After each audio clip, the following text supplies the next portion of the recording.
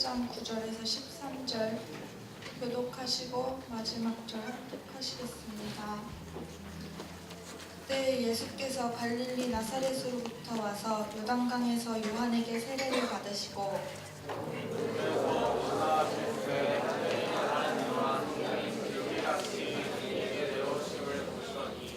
하늘로부터 소리가 나기를 너는 내 사랑하는 아들이라 내가 너를 기뻐하노라 하시니라. 광야에서 40일을 계시면서 사탄에게 시험을 받으시며 들짐승과 함께 계시니 천사들이 수종 들더라. 아멘. 오늘 예배 인원을 좀 보니까 이게 한 가지가 느껴지네요. 기말고사가 얼마 남지 않았다는 거. 네, 이게 느껴져요. 다음 주까지 굉장히 고비일 것 같아요. 여러분 기도 많이 해주십시오. 여러분처럼 우리 모든 청년들이 예배에 승리할 수 있도록 해달라고 기도 많이 해주세요. 이게 중간고사, 기말고사만 겹치면 예배 인원이 확 줄어들어요. 오늘 우리가 눈에 들 정도로 많이 줄어들었는데, 여러분 오늘 우리가 읽은 말씀, 그 말씀의 제목 한번 제가 이렇게 잡았습니다. 말씀의 제목 한번 읽어볼까요? 시작. 네, 자기를 부인하며 고난으로 들어가라 라는 한 제목으로 하나님 말씀 전하겠습니다. 제가 오늘 오후 예배 설교가 있어가지고 성찬식까지 막 겹치니까 좀 마음이 조금 급해졌어요. 여러분 오늘 우리가 읽은 말씀에는 크게 두 가지 사건이 등장을 합니다. 첫 번째는 뭐냐면은 예수님이 세례를 받으시는 장면이 나와요. 그렇죠? 예수님이 세례를 받으시는 장면이 나오고, 두 번째는 뭐냐면 예수님이 사탄에게 시험을 받는 장면이 나옵니다. 그런데 사실 이 두 가지 사건은 도저히 이해가 안 되는 사건이에요. 이해가 안 되는 사건. 왜 이해가 안 되느냐? 한번 생각해 보세요. 예수님은 하나님이세요. 예수님은 하나님이거든요. 그러면 하나님은 사실 세례를 받을 필요가 있어요, 없어요? 받을 필요가 없어요. 그리고 시험도 받을 필요가 없다고요. 그런데 오늘 말씀해 보니까 하나님이, 그러니까 예수님이 세례도 받았고 사탄에게 시험까지 받습니다. 완전히 웃긴 일이 벌어진 거예요. 그렇다면 결국 성경에 나오는 모든 이야기들은 무의미한 사건은 없기 때문에, 그 무의미한 일은 없기 때문에 분명히 이 두 가지 사건이 우리에게 주는 교훈이 있다고 저는 생각합니다. 그리고 이 두 가지 사건은 예수님의 공생애, 따라해보세요. 공생애. 크게 한번 해볼게요. 공생애. 이 공생애가 뭐냐면은 예수님께서 본격적으로 인류 구원을 위하여 일하신 그 3년간의 시간을 공생애라고 합니다. 공적인 생애. 그 공생애를 시작하는 그 초기에 있었던, 가장 초기에 있었던 사건이기 때문에 어떻게 보면 문을 열고 들어가는 사건이에요. 문을 열고 나 이제부터 시작해 하고 문을 열고 들어가는 사건이기 때문에 오늘 우리 이 말씀이 우리에게 주는 교훈, 그 교훈을 살펴보고 날마다 우리에게 주어진 삶 속에서 승리하며 나아가는 저와 여러분 되기를 간절히 바랍니다. 첫 번째로 오늘 말씀을 통해서 알 수 있는 건 뭐예요? 자기 부인만이 하늘의 문을 열 수 있다는 거예요. 여러분 오늘 말씀 9절 말씀 한번 보겠습니다. 9절 말씀 같이 봅니다. 시작. 그때에 예수께서 갈릴리 나사렛으로부터 와서 요단강에서 요한에게 세례를 받으시고, 아멘. 바로 예수님이 세례 요한에게, 우리가 지난주에 봤죠? 세례 요한에게 세례를 받는 장면이 나와요. 자, 오늘 우리가 아까 뭐 했죠? 성찬식을 했죠. 성찬식. 근데 이 성찬식은 아까 제가 말씀드렸듯이 어떤 사람만 참여할 수 있느냐? 세례를 받은 사람만 참여할 수 있어요. 제가 이렇게 자, 보면, 자, 보세요.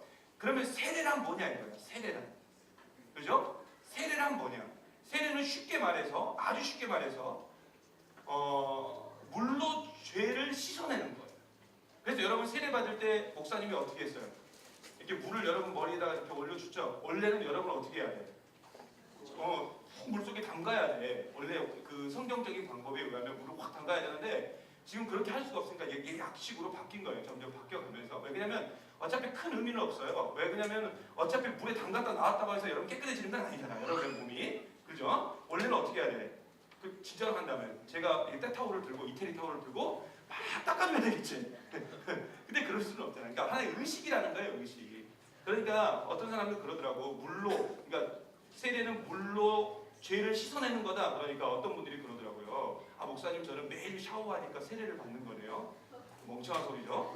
말도 안 되는 이야기죠. 세례는 그냥 물로 하는 하나의 의식이에요. 의식. 그래서 자신의 죄를 고백하는 사람에게 그 죄를 용서해주는 표시로 하는 게 세례라고요. 그리고 세례의 본래적 의미는 뭐냐면 예수와 함께 죽고 예수와 함께 사는 거예요. 그게 세례예요. 그래서 우리가 세례를 받음을 통해서 여러 가지 그 의미들이 우리에게 주어지는데 그 첫 번째 의미가 뭐냐면 성찬식에 참여할 수 있다.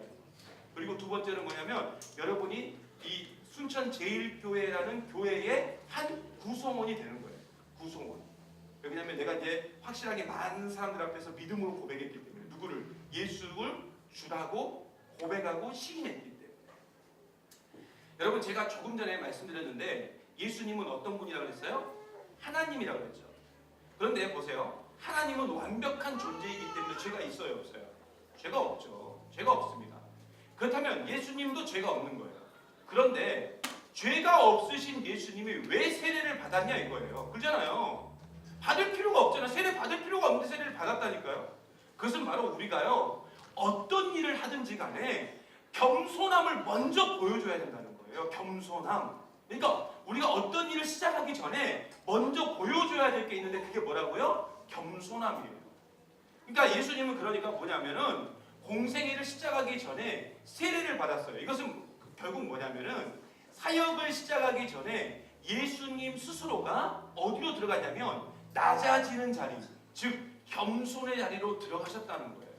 그러니까 세례란 뭐냐면 단순히 죄를 씻어내는 의식이 아니라 세례는 뭐냐면 겸손함과 낮아짐, 그리고 나는 아무것도 할 수 없는 연약한 존재이기 때문에 하나님이 절실히 필요하다라고 말하는 것, 그것을 우리가 내자로 뭐라 그래요? 자기 부인 이러잖아요. 그 자기 부인을 말하고 있는 거예요. 겸손이란. 지금은 고인이 되신 고 옥하는 목사님께서 은퇴하신 후에 자신의 목회의 경험을 뒤돌아보면서 이렇게 고백하셨다고 합니다. 하나님은 약한 자를 사용하신다. 한번 따라해보세요. 하나님은 약한 자를 사용하신다. 진짜 맞는 말이죠. 하나님은요, 일을 하실 때요, 절대로 완벽한 사람을 사용하지 않아요. 물론 세상에 완벽한 사람이 있어요, 없어요? 없어요. 없습니다. 그러나 누가 봐도 모든 것을 다 갖추고 있고 완벽해 보이는 사람을 하나님이 사용하시는 것이 아니라 성경을 보고 제 인생의 뒤를 돌아봐도 하나님은 늘 어떤 사람을 사용했느냐? 늘 약한 자 그리고 낮은 자를 사용하셨다. 그게 하나님의 전략이에요. 그래서 우리 생각에 어떻게 저런 사람이 하나님의 일을 할 수 있어라고 생각할 수 있겠지만 하나님은 원래 그 사람을 사용하려고 했던 거고 그런 사람을 사용하시기를 원하신다는 거예요. 여러분 예수님의 제자들 보세요. 예수님의 제자들. 당시 이건 뭐 도저히 어디 하나 제대로 사용할 수 있는 사람이 없었어요. 그런데 예수님은 그렇게 부족하고 그렇게 연약한 사람들을 어떻게 했어요? 자신의 제자로 삼으셨다고요. 그리고 훈련시키시는 거예요. 물론 훈련시킨 결과가 영 안 좋았긴 했지만 결국에는 나중에 그들이 변화됐어요? 변화되지 않았어요? 변화됐잖아요. 여러분 이게 교회의 모습이에요. 누가 봐도 연약하고 누가 봐도 부족하고 누가 봐도 실수투성이고 누가 봐도 죄도 많아요. 그런 사람들이 모여있는 곳이 어디냐면 교회라고요. 지금 여기에요. 우리 젊은 신학교 보세요. 얼마나 부족해요. 얼마나 연약해요. 그죠? 얼마나 죄 많아요. 저도 죄 많고 여러분도 죄 많고 이번 주는 얼마나 많은 죄를 지었습니까?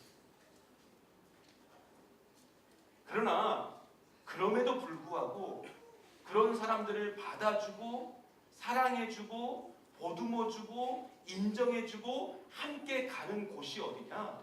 교회예요. 여러분 여기 들어오면서 여러분의 어떤 영적인 상태를 검사하고 들어왔나요? 이렇게 딱 검사했어요? 스캐너로 이렇게 찍어보고 삐 나가세요. 회개하고 들어와. 뭐 이랬어요? 그러지 않았잖아요. 그런 거 없이 여기 다 앉아있는 거잖아요. 만약 그렇게 했다면 이 자리에 들어올 수 있는 사람 있어요? 없어요? 없어요. 교회 안에 들어올 수 있는 사람 아무도 없어요. 그건 교회가 아니죠. 교회는 누구나 올 수 있는 거예요. 살인자도 올 수 있는 게 교회예요. 그래서 예수님 곁에는 항상 죄인들만 있었던 거예요. 그러니까 바리새인들이 예수님을 향해서 공격한 거예요. 너는 왜 이렇게 더러운 사람들하고 함께하고 있고 그런 애들하고 함께 일하고 있냐고. 근데 그건 바리새인들이 멍청해가지고 교회를 이해하지 못하니까 그런 헛소리를 하고 있는 거예요.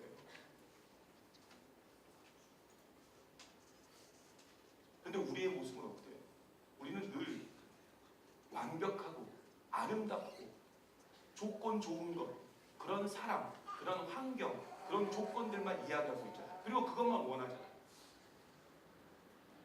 근데 자기를 보라고요. 내 자신을 보라고요. 여러분은 완벽해? 여러분 완벽한 조건을 갖고 있는 사람이에요? 여러분 아름다운 사람이냐고요? 아니잖아요. 우리는 완전 큰 죄인이잖아요. 죄인. 근데 왜 내 눈에 있는 들보는 보지 못하고 남의 눈에 있는 티끌에만 집중하고 있냐고요. 하나님은 결국 완벽한 사람에게는 관심이 없다니까요. 그런 사람에게는 관심 없어요. 왜냐하면 그런 사람은 교만하기 때문에, 자기 힘만 의지하기 때문에. 그리고 하나님이 그 사람을 사용하시려면 그 교만함을 꺾으신 다음에 그때 사용하시는 거예요. 여러분 이사야 60장 22절 한번 보겠습니다. 같이 볼게요. 시작. 그 작은 자가 1000명을 이루겠고 그 약한 자가 강국을 이룰 것이다. 때가 되면 나 여호와가 속히 이루리라. 아멘. 결국 작아지고 낮아져야 능력이 나오는 거예요. 그러니까 우리는 어떻게 살아야 되냐? 자신의 힘을 빼고 하나님만 의지할 때 그때 능력이 나오는 거예요. 그래서 하나님은 사도 바울에게 가시를 준 거예요. 가시. 왜 가시를 줬냐? 사도 바울이 교만해질까 봐. 그래서 사도 바울은 그 가시 때문에 그게 뭔지는 정확히 몰라요. 그게 뭐 어떤 사람은 간질병이다, 어떤 사람은 안질이다, 어떤 사람은 정신병이다, 뭐 여러 가지 이야기가 나오는데 그 훌륭한 사도 바울에게도 가시를 주셨다고요. 왜? 낮아지고 겸손해지라고. 그러니까 여러분에게 가시가 있다, 빠지지 않는 가시가 있다, 인생의 가시가 있다. 그러면 그거 뭔 줄 아세요? 낮아지라고 겸손해지라고 계속 여러분에게 하나님께서 주신 거예요. 그러니까 그 가시가 은혜인 거예요. 그래서 사도 바울은 고린도후서 12장 10절에 이렇게 고백하고 있습니다. 같이 봅니다. 시작. 그러므로 내가 그리스도를 위하여 약한 것들과 능욕과 궁핍과 박해와 권고를 기뻐하노니 이는 내가 약한 그때에 강하다. 아멘. 그러니까 내가 약할 때 하나님의 능력이 나온다니까요. 출애굽기에 나오는 모세를 보세요. 모세는요, 당시 가장 남자다운 남자, 상남자였습니다. 심지어 그는 한 나라의 왕자였어요. 그래서 그는 늘 자신의 힘을 의지했고 결국 그 힘을 잘못 사용하다가 사람까지 죽입니다. 그러나 하나님은 그런 모세를 사용하시기 위해서 40년간 광야에서 외롭게 양치는 자로 살게 했고, 당시로서는 정말로 최악의 조건, 요즘은 괜찮아요. 근데 당시는 뭐냐? 최악의 조건이 뭐냐? 처가살이였어요. 처가살이를 시켰다고요. 40년 동안. 그리고 나서 모세를 쓴 거예요. 약해질 대로 약해진 다음에 완전히 너덜너덜해진 다음에 그때 사용하셨다고요. 하나님이 모세를. 결국 하나님은 어깨에 힘 들어가고 자신의 힘으로 뭔가를 할 수 있다라고 생각하는 사람, 그런 사람 사용하지 않아요. 우리는 어떻게 살아야 되느냐? 늘 낮아져야 돼요. 겸손해져야 돼요. 자기 부인의 모습을 가지고 있어야 돼요. 나는 할 수 없다는 거예요. 여러분은 원래 할 수 없어요. 저도 할 수 없고. 근데 왜 할 수 있느냐? 하나님이 나에게 능력을 주시기 때문에, 내가 하나님만 바라보기 때문에 내가 할 수 있는 줄 믿습니다. 그래서 하나님은 그런 사람이 우리가 되기를 바라고, 그런 사람만이 하나님의 쓰임을 받고, 그런 사람만이 하나님의 놀라운 역사를 이루시는 줄 믿습니다. 그래서 하나님은 늘 연약하고요, 늘 부족하고요, 늘 인정받지 못하는 사람에게 관심이 더 많은 거예요. 근데 우리는 완전히 반대잖아. 강하고 많은 것 갖고 있고 인정받는 사람에게 더 관심이 많잖아요. 얼굴 예쁨에 더 관심 많고 잘생김에 더 관심 많고. 사실 그렇지 않아요?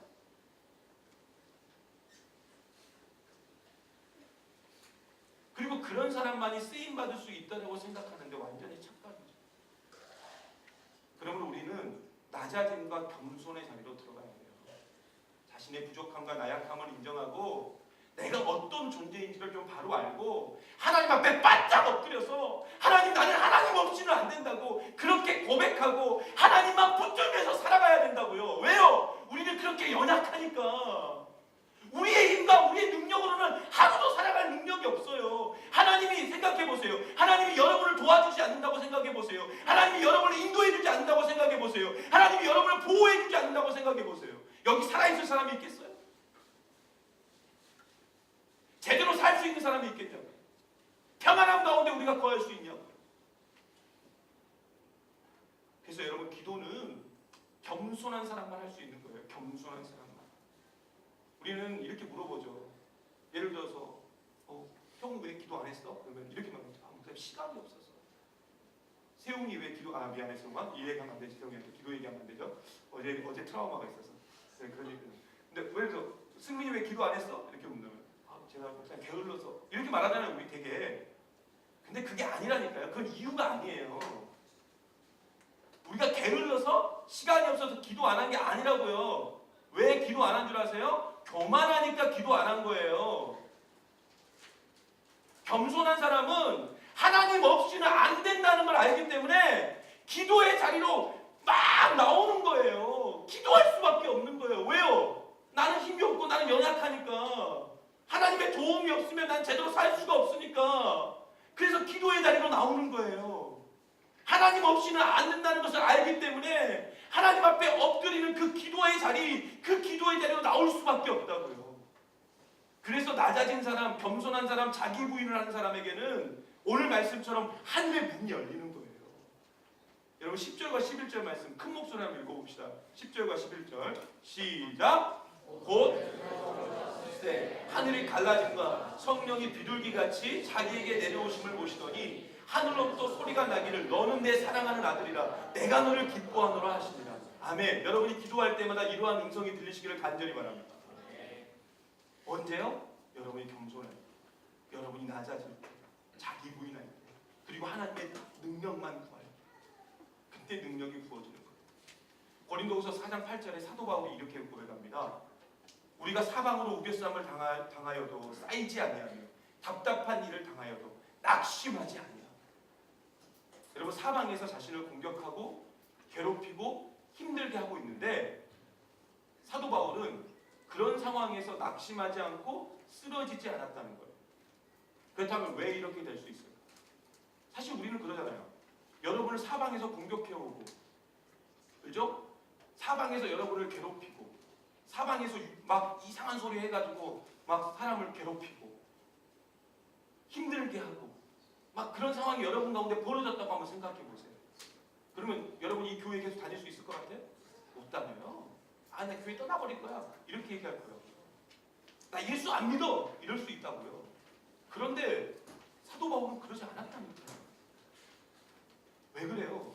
자신의 연약함을 인정하고 하나님만 붙드니까 하늘의 문이 열리고 살 길이 보이고 그러니까 낙심하지 않는 거예요. 여러분 이사야 37장에 보면 히스기야 왕은 18만 5천 명의 적들에게 포위를 당해서 언제 죽을지 모르는 상황 가운데 있을 때 하나님께 기도함으로 적들을 이길 수 있었어요. 결국 뭐냐면 기도만이 우리가 살 길이라니까요. 그러니까 우리는 어떻게 살아야 돼요? 겸손하게 낮아져요. 자기 부인해야 된다고. 그리고 하나님은 그런 사람을 통해서 하늘 문을 여시고 길을 열어주시는 거예요. 여러분 마태복음 5장에 예수님은 우리가 세상의 빛이라고 했어요. 그런데 우리가 처음부터 빛과 같은 존재였습니까? 여러분이 빛이에요? 원래 처음부터 빛이었어요? 아니죠. 우리는 어둠이었다고요. 그래서 사도 바울은 에베소서 5장 8절에 이렇게 증거합니다. 너희가 전에는 어둠이더니 이제는 주 안에서 빛이라. 뭐처럼 행하라? 빛의 자녀들처럼 행하라. 그렇다면 우리가 왜 어둠에서 빛이 됐을까요? 왜 어둠에서 빛이 됐냐? 그것은 바로 우리가 빛을 받았기 때문에. 빛을 받았어요. 제가 여러분에게 농담처럼 하는 인사 있잖아요. 이런 인사 여러분 했잖아. 너의 눈이 빛나는 건 보석처럼 반짝이는 나를 바라보기 때문이야. 뭐 이런 얘기 하잖아. 응? 박사보다? 조음식. 사실 여러분 왜 우리 지구가 빛나요? 왜 그래요? 태양 때문에 그러잖아요. 빛을 비춰주는 태양 때문에 지구가 빛나는 거잖아요. 마찬가지예요. 우리는 어둠이었는데 하나님이라는 빛이 우리를 비춰주니까 우리가 갑자기 어둠에서 어떤 존재가 된 거예요? 빛과 같은 존재가 된 거예요. 그러니까 아무리 비천하고 부족하고 연약한 존재라 할지라도 여러분 빛을 받으면 빛을 비출 수 있는 줄 믿습니다. 그러면 내가 원래 어떠한 존재였고 또 지금 초라함과 연약한 가운데 있는 사람들이 하나님의 빛을 받으면 어떻게 변화될지 여러분 분명히 아셔야 된다고요. 이런 말이 있어요. 따라해보세요. 못생긴 나무가 목소리를 크게 한번 해볼까요? 못생긴 나무가 산을 지킨다. 여러분 산에 좋은 나무 어떻게 돼요? 사람들이 다 베어가 버리죠? 남는 건 무슨 나무만 남아요? 그런다고 여러분이 못생긴 건 아닙니다. 이건 무슨 말이에요? 자신의 연약함, 자신의 부족함을 인정하고 하나님을 붙들며 살아가는 사람만이 결국 놀라운 역사를 이루는 거예요. 그러므로 우리는 우리 안에 있는 교만함을 좀 벗어버리고 하나님이 어떤 사람을 사용하시는지 그리고 어떻게 역사하시는지 분명히 알고 어떤 상황 가운데서도 하나님의 뜻대로 더 낮아지고 겸손해지며 자기 부인의 삶 그리고 나는 이렇게 연약하니까 하나님밖에 없다는 것을 기억하면서 하나님만 붙들고 살아가는 저와 여러분 되기를 간절히 바랍니다. 두 번째로 오늘 말씀을 통해서 알 수 있는 건 뭐냐면 그리스도인에게 고난은 당연한 것입니다. 어이구나 어떻게 제목을 잡아도 이렇게 잡으셨냐. 여러분 오늘 말씀 12절과 13절을 보면 예수님께서 사탄에게 시험을 받는 장면이 나와요. 마태복음이나 누가복음을 보면 이 장면이 자세히 묘사되어 나오는데 예수님이 사탄으로부터 세 가지 시험을 받는 장면이 나옵니다. 이게 세 가지가 뭔지는 제가 여러분에게 물어보지 않을게요. 여러분 성경을 찾아보세요. 마태복음과 누가복음에 세 가지 시험 받는 장면이 나오는데 그런데 오늘 말씀을 우리가 좀 자세히 보면 충격적인 사실이 나와요. 충격적인 사실. 아, 사장님 예수님이 시험 받는 거요? 충격적이죠. 그게 아니야. 여러분 12절 보세요. 12절. 같이 시작. 어쨌다고요? 성령이 뭘 하셨어요? 예수님을 광야로 몰아냈다니까요? 광야가 어떤 곳이에요? 아무것도 없고 험난하고 살기 힘든 곳이 광야 아닙니까? 그런데 이런 광야로 성령님이 예수님을 몰아냈어요. 몰아내. 아니 좀 가십시오. 이게 아니라니까? 몰아냈다니까요? 아니 지금 한번 생각해 보세요. 예수님께서 세례 받으시고 세례를 딱 받으시니까 하늘에서 문이 열리고 음성이 들리기를 너는 내 사랑하는 아들이라 내가 너를 기뻐하노라 이렇게 말했어요. 그죠? 그런데 갑자기 그렇게 난리가 아니었는데 갑자기 예수님을 광야로 보내버린 거예요. 제가 예를 들어서 세웅이한테 세웅아 너는 정말 진짜 좋은 아이야. 너는 너무 착한 아이야. 세상에 너 같은 아이들만 있으면 얼마나 행복하겠니. 내가 세웅이야. 그러니까 너 가서 화장실 청소해. 그럼 이 아멘이 나오겠냐고요. 왜 화장실 청소 안 해? 빨리 화장실 들어가. 화장실 들어가서 화장실 청소해. 그거 똑같은 거라니까요. 여러분 이게 이해가 되세요? 도저히 이해가 안 되죠? 그리고 광야에 그냥 있는 것도 힘들어요. 그냥 있는 것도 힘들어. 그런데 그곳에서 사탄에게 시험 받으시고 40일 동안 금식하시고 심지어 오늘 말씀해 보니까 들짐승들과 함께 있었다 이렇게 나와요. 그러면 뭐 사막에 샘이 넘쳐 흐르리가 그것처럼 에덴 동산처럼 막 사자랑 예수님이 같이 누워있고 이거였어요? 아니에요. 언제 사자가 와서 나를 먹을 줄 모르고 뱀이 와서 나를 물 줄 모르고 정갈이 와서 나를 물 줄 모르는 그런 위험한 상황 가운데 있었다는 거예요 지금. 특히 여자분들, 남자도 마찬가지예요. 산속에 여러분 혼자 있다고 생각해봐. 깊고 깊은 산속. 길을 잃어버렸어. 근데 막 저기서 아우 아우 이런 소리가 들린다고 생각해봐. 막 들짐승 소리 들리고 막 고양이 소리만 들려도 깜짝깜짝 놀라면서 그죠? 밤에 얼마나 무섭겠냐고. 불빛 하나 없는데 그런 곳으로 성령님이 예수님을 몰아넣으셨다고요. 그리고 40일 금식을 하셨어요. 결국 예수님의 사역은 멋지고 편안함으로 시작한 게 아니라 고난과 고통으로 시작하셨어요. 그렇다면 왜 이렇게 시작했을까? 그리고 왜 하나님은 예수님을 이렇게 고통과 고난으로 몰아가셨을까? 그것은 바로 그리스도인의 삶의 고난은 피할 수 없는 필연적 운명이라는 거예요. 우리가 절대 잊지 말아야 될 게 있어요. 기독교는 고난의 종교입니다. 여러분 잊지 마세요. 지금이라도 늦지 않았어요. 돌아서려면 지금 돌아서. 목사 이런 소리 하면 안 되겠지만은 여러분 척지나 잘못된 생각으로 이 자리에 앉아있다면 잘 먹고 잘 살기 위해서 이 자리에 있다면 여러분 그 마음 빨리 바꾸세요. 기독교는 십자가예요. 우리가 가야 될 길은 좁고 협착한 길이라고요. 그래서 기독교는 고난의 종교예요. 그래서 잘 먹고 잘 살기 위해서 기독교를 선택했다? 그럼 착각한 거예요. 제가 어제 제자훈련 때도 얘기했지만 예수님은 도깨비 방망이가 아니라니까요. 금나라가 뚝딱 하면 나오는 게 아니라니까요. 기독교는 기복신앙이 아니에요. 비나이다 비나이다 하고 주시는 거 아니라고요. 기독교는 뭐냐? 예수님 믿고 그 믿음으로 예수님처럼 사는 거예요. 그게 기독교라고요. 근데 왜 교회가 욕을 먹는 줄 아세요? 그렇게 안 사니까, 그걸 모르니까, 그 기본 정신을 다 잊어버리니까 맨날 비나이다 비나이다 이것만 하고 있으니까.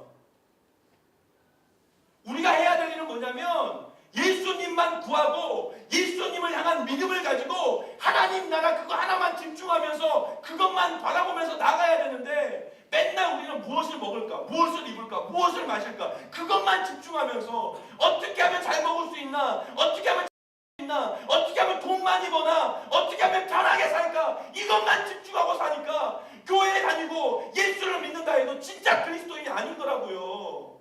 그러니까 교회가 힘을 잃어버린 거예요. 교회가 매력을 상실한 거예요. 아무도 교회 가자고 해도 교회 안 가는 거예요. 그리고 교회가 세상의 쓰레기가 돼버린 거예요.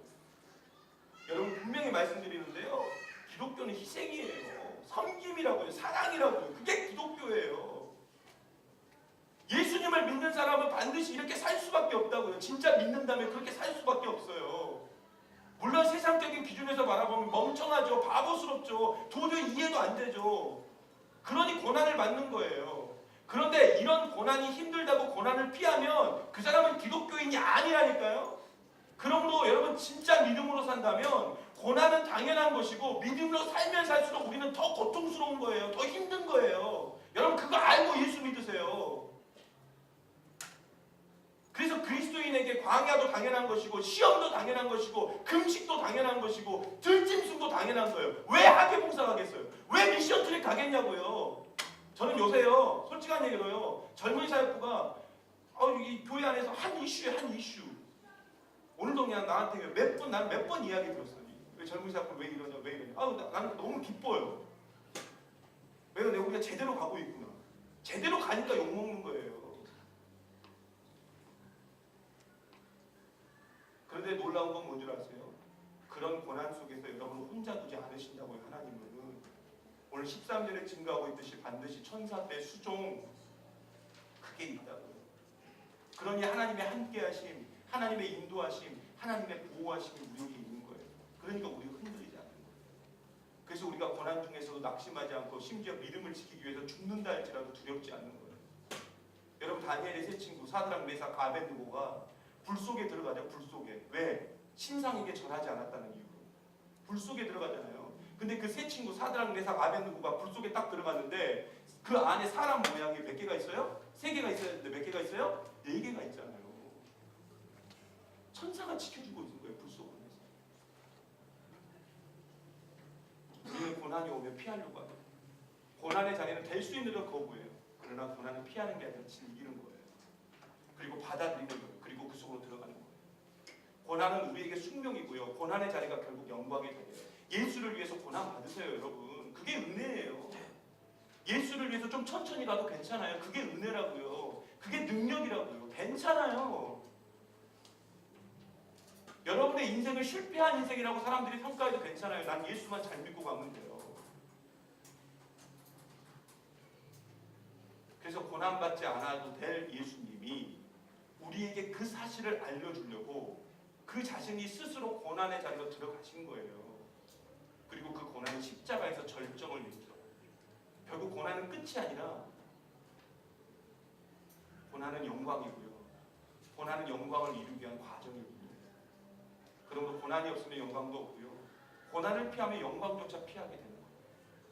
여러분 현재의 삶에 만족하고 현재의 삶을 즐기기 위해서 고난의 자리를 거부한다면 그 사람은 절대로 진정한 영광의 기쁨을 누릴 수도 없고요. 하나님은 이런 사람을 사용하지도 않으세요. 이젠 여러분의 삶에서 만나는 그 예수님을 위한 고난의 자리를 피하지 말고요. 과감 없이 그 속으로 들어가서 하나님의 역사를 이루는 저와 여러분 되기를 간절히 바랍니다. 말씀 마칠까 합니다.